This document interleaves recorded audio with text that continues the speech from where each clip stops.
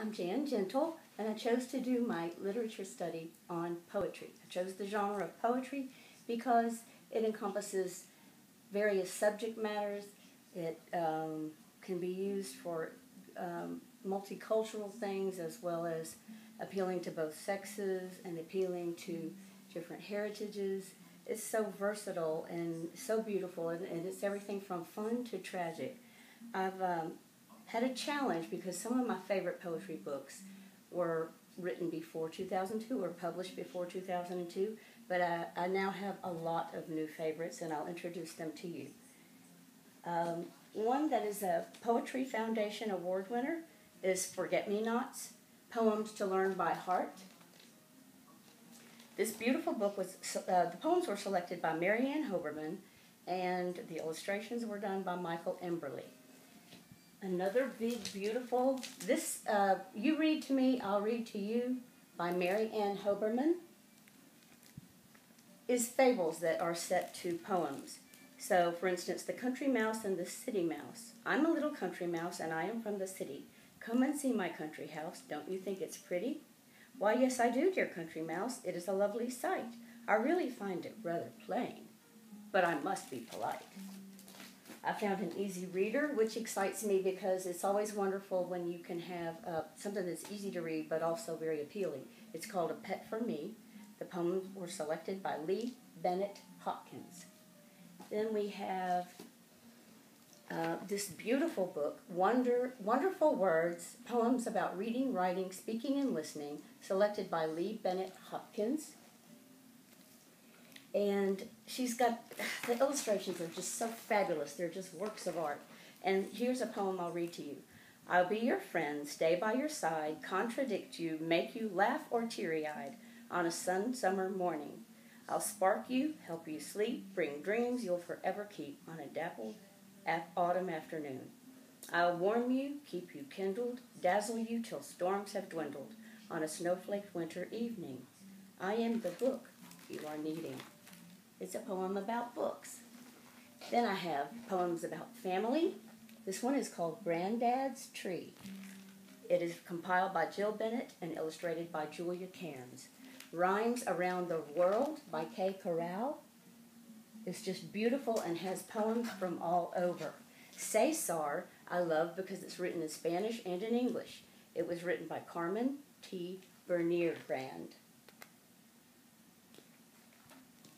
Under the Moon and Over the Sea, a collection of Caribbean poems.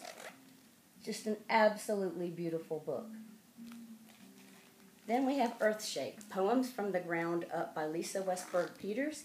This book is mostly actually technical information about science. So it is truly information about the earth. And here's one about octopus, oyster, hermit crab, snail, a poem of the sea. Absolutely beautiful illustrations. Wonderful book to have in your classroom by Sarah Anderson. Then we have books, this one is Poems for Girls. It's called Amaze Me by Naomi Shihab Nye. This one is 100 Great Poems for Boys, edited by Leslie Puckrell. But really and truly, these poems would appeal to anyone of any age. This is a great collection, and I got it at Barnes & Noble. I think every household and every classroom should have one. It's got all the classics as well as new things. It's got everything from The Road Not Taken to limericks to things that were written for younger children to things that are written for older children. It's just a great book. Now then I have for the boys also Paul Revere's Ride by Henry Wadsworth Longfellow, illustrated by Monica Vakula, but it is obviously an old rhyme that is set in a new book with beautiful illustrations. And again for the boys, Blackbeard the Pirate King. Something to Appeal to the Guys by J. Patrick Lewis. I think really all these books appeal to both sexes and many different cultures. I've got one by one of my favorite poets, Langston Hughes, but it is a new book called My People by Charles R. Smith. Charles R. Smith set Langston Hughes' poem to photographs that he took. I have I Saw Your Face by Tom Feelings. another beautiful multicultural book. Here in Harlem, Poems in Many Voices, written by Walter Dean Myers. Also by Walter Dean Myers is Blues Journey. And then I have a book of limericks, which is really very clever. It's mostly about the history of limericks and what a limerick is. So it's suitable for older children and does include some limericks. Also, for the older children is this wonderful book called Early American Poetry, Poetry Rocks, Beauty in Words by Stephanie Bulkwater. Say that right? Bulkwalter. It's got everything from Longfellow to Poe to Thoreau, and it's got a wonderful glossary in the back that has terms that are explained for the older children, like alliteration and allusion and iambic, pentameter, metaphor, and describes all these things for children who are learning about poetry. Very valuable book to have in your classroom, say for the 5th grade, 6th grade level. I have Rainbow Soup, which is a great collection also for the older children. It's got one kind of controversial poem in it about cigarettes, and it's just 4 words. Smokin', chokin', coffin, coffin. But it's a reality of life, smoking is, and so these things we do address in our classrooms. Now then, I get to my favorite authors and award winners. Loved the book, A Wreath for Emmett Till. And I found other books also written by Marilyn Nelson. You're all familiar with A Wreath for Emmett Till. Marilyn Nelson also wrote Fortune's Bones. Again, like Wreath for Emmett Till, it's a story about a real person whose bones, this person was a slave, and the doctor who owned him kept his bones after his death. I'm going to read just a tiny portion of this. I was not this body. I was not these bones. This skeleton was just my temporary home. Elementary molecules converged for a breath, then danced on beyond my individual death. And I am not my body. I am not my body. Also written, let's see here, where's the other one? Here it is. This was also written by Marilyn Nelson. It's a Newbery Honor winner and a Caldecott Honor winner. It's called Sweethearts of Rhythm, the story of the greatest all-girl swing band in the world. The illustrations are works of art. I highly recommend that you find this book and take a good look at it. One picture I will show you that again enters into the controversial is this picture that says white and colored. I remember this from my childhood. And I do bring up these topics even with young children, kindergarten, 1st grade age, because it's part of our history and I think it's important for them to know these things.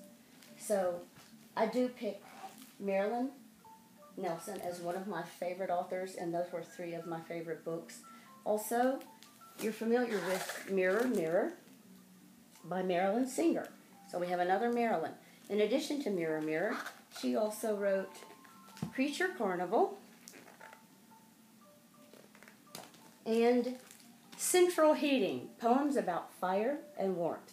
I'm going to read one just to give you an example. A pitcher of water, a bucket of ice. A bathtub of grape juice will nothing suffice to put out the fire from one bite of spice. The hot jalapeno that hid in my rice. Fabulous. Now, I come to my other favorite award-winning author, children's poet laureate Jack Polutsky. He's written this book on how to write a poem, great for the older children. It explains the whole process, what inspires him, and it's a great book for the older children. He's also written another new one that is a Poetry Foundation Children's Poet Laureate Award called Good Sports. Then we have The Frog Who Wore Red Suspenders by Jack Polutsky. Behold the Bold Umbrelephant. And one of my very favorites, if not for the cat, which is Haiku by Jack Palutsky. I'm going to read one to you. Safe inside my pouch sleeps the future of my kind, delicate and frail. Is that not beautiful?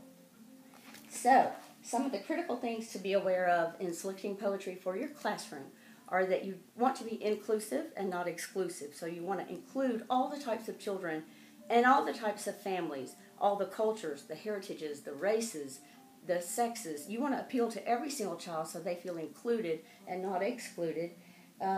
Controversy is going to be there because in the realm of poetry there will be all the elements of life. Some of them are sad, some of them are tragic, some of them are embarrassing, some of them are heartbreaking. But you do include all this because it's part of life and you're not going to create a completely sheltered environment for your students. As far as activities to go along with these books, they could be everything from writing a class book with young children. They could write a haiku as a class. Older children could write their own haikus, their own poetry. You could have listening assessments where you read a poem and then assess the children on their ability to comprehend what they listen to. You could also have them write poems that rhyme. You could have them write different kinds of poetry, especially the older children. Let's see. Oh, rhyming activities. You can have rhyming activities with young children, functional bulletin boards. There are all kinds of ways to extend these beautiful books into your classroom. I hope you've enjoyed some of the books I've introduced you to. Thank you very much.